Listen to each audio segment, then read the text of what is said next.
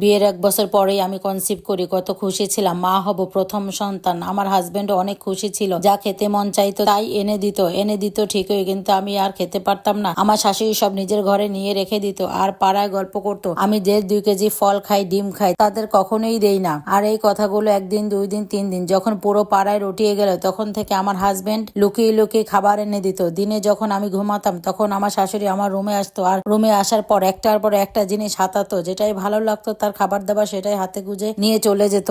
আমি 3 বেলা যতটুকু পেরেছি ভাত আর সবজি খাওয়ার চেষ্টা করেছি। ফল কেমন জিনিস 5 মাস হওয়ার পর আমি আর তা চোখে দেখি নাই। আমার শ্বশুর বাড়িতে ঘর ঝাড়ু দেওয়া, উঠান ঝাড়ু দেওয়া, থালা বাসন ধোয়া, রান্না বান্না করার সবই আমি একার হাতে করেছি। সাথে যখন ধানের সময় এসেছিল তখন ধান মারানো, ধান উড়ানো, ভেজানো, সিদ্ধ করা, আবার সেগুলোকে শুকিয়ে রাখা, সবকিছুই করেছি। যখন নতুন ধান ওঠে সেটা যে কতগুলো কাজ থাকে, যারা শুধু গ্রামে থাকে তারাই বুঝতে পারবে। আর এই সকল কাজগুলোই আমি আমার বাবু পেটে নিয়ে করি। আর সে সময় আমার শরীরটা অনেক দুর্বল হয়ে পড়ে। এটা যেতে না যেতে পেঁয়াজের সময়ও চলে আসে। আমার শ্বশুর বাড়িতে একটা না একটা চাষাবাদ হতেই থাকে সব সময়। যখন বাসায় পেঁয়াজের সময় আসে তখন পেট আমার অনেকটা উপরে, আমি ঠিকমতো বসতে পারি না, দাঁড়াতে পারি না। তাও যতটুকু পারি কাজ করেছি। তার জন্য আমার শ্বশুর আমাকে বলতো, জমিদারের বাচ্চা, কোনো কাজ করতে পারে না, খালি খায় আর ঘুমায়। পেঁয়াজের সময় আমার শাশুড়ি আমাকে 8 মাসের প্রেগনেন্ট অবস্থায় রেখে তার মেয়ের বাড়ি চলে গিয়েছিল। তার মেয়ে নাকি অনেক অসুস্থ, সামান্য জ্বর, কাশি, সর্দি, ঠান্ডাতে এগুলোতেই নাকি কোনো কাজ করতে পারতেছে না।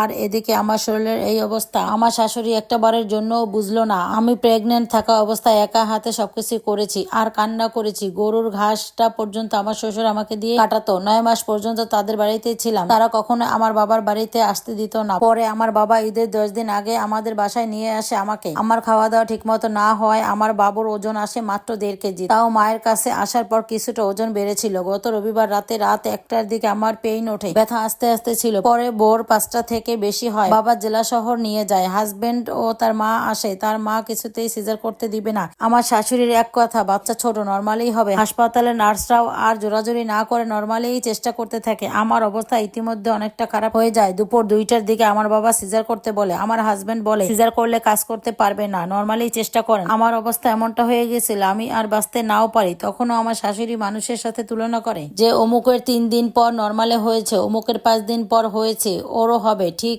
এমনটা করতে করতে আমার বাবুটা আমার পেটের ভিতরে টয়লেট করে দেয়। তারপর সে মারাও যায়। যখন ব্লাড ভাঙা শুরু করে তখন সিজারের জন্য ওটিতে নেয়। ওটিতে নেওয়ার পরই বাচ্চা নর্মালে হয়, কিন্তু আমার সাইড সিরে তখন সেলাই করা লাগে। আমি তখনও জানি না আমার বাবু আর দুনিয়াতে নেই। বেডে দেওয়ার পর আমার মা যখন বলল ধৈর্য ধরো, আল্লাহ তোমাকে বাবু আবারও দিবেন, তখন জানলাম আমার মেয়েটা আর দুনিয়াতে নাই। আমি আমার বাবুটাকে একটা নজর দেখতেও পারলাম না। তার আগেই প্যাকেট করে বাড়ি পাঠিয়ে দিয়েছে। আজ 7 দিন হলো আমার বাবুটাকে হারিয়েছি। আপুরা জানেন না এই বাচ্চাটা সুন্দর মতো দুনিয়াতে আনার জন্য আমি যে কত কষ্ট করেছি, কত অত্যাচার সহ্য করেছি আমার শ্বশুর বাড়িতে, শুধুমাত্র মা ডাক শুনবো সেই জন্য। কিন্তু শেষমেশ আমার বাবুকে আমি এক পলক দেখতেও পারলাম না। আমার স্বামী চুপ করে শুধু দাঁড়িয়েছিল, তার মুখে কোনো কথা ছিল না। সে আর কি বা বলবে। আল্লাহ আমার কাছ থেকে সবকিছু কেড়ে নিলেন। আমাকে সারা জীবন কাজ করার জন্য দুনিয়ার বুকে রেখে ফাঁকি দিয়ে আমার মেয়েটা আল্লাহর কাছে চলে গেল। আমার স্বামীকে আমি এখন আর দেখতেও চাই না। তাকে দেখলে এখন আমার ঘৃণা লাগে। সে চাইলেই পারতো তার মাকে দিয়ে সিজারটা করাতে, তাহলে হয়তোবা আমার বাচ্চাটা বেঁচে থাকতো। আমি কখনো কাউকে দোষ দেই না, কারণ আল্লাহর জিনিস আল্লাহ নিয়ে গেছে। কিন্তু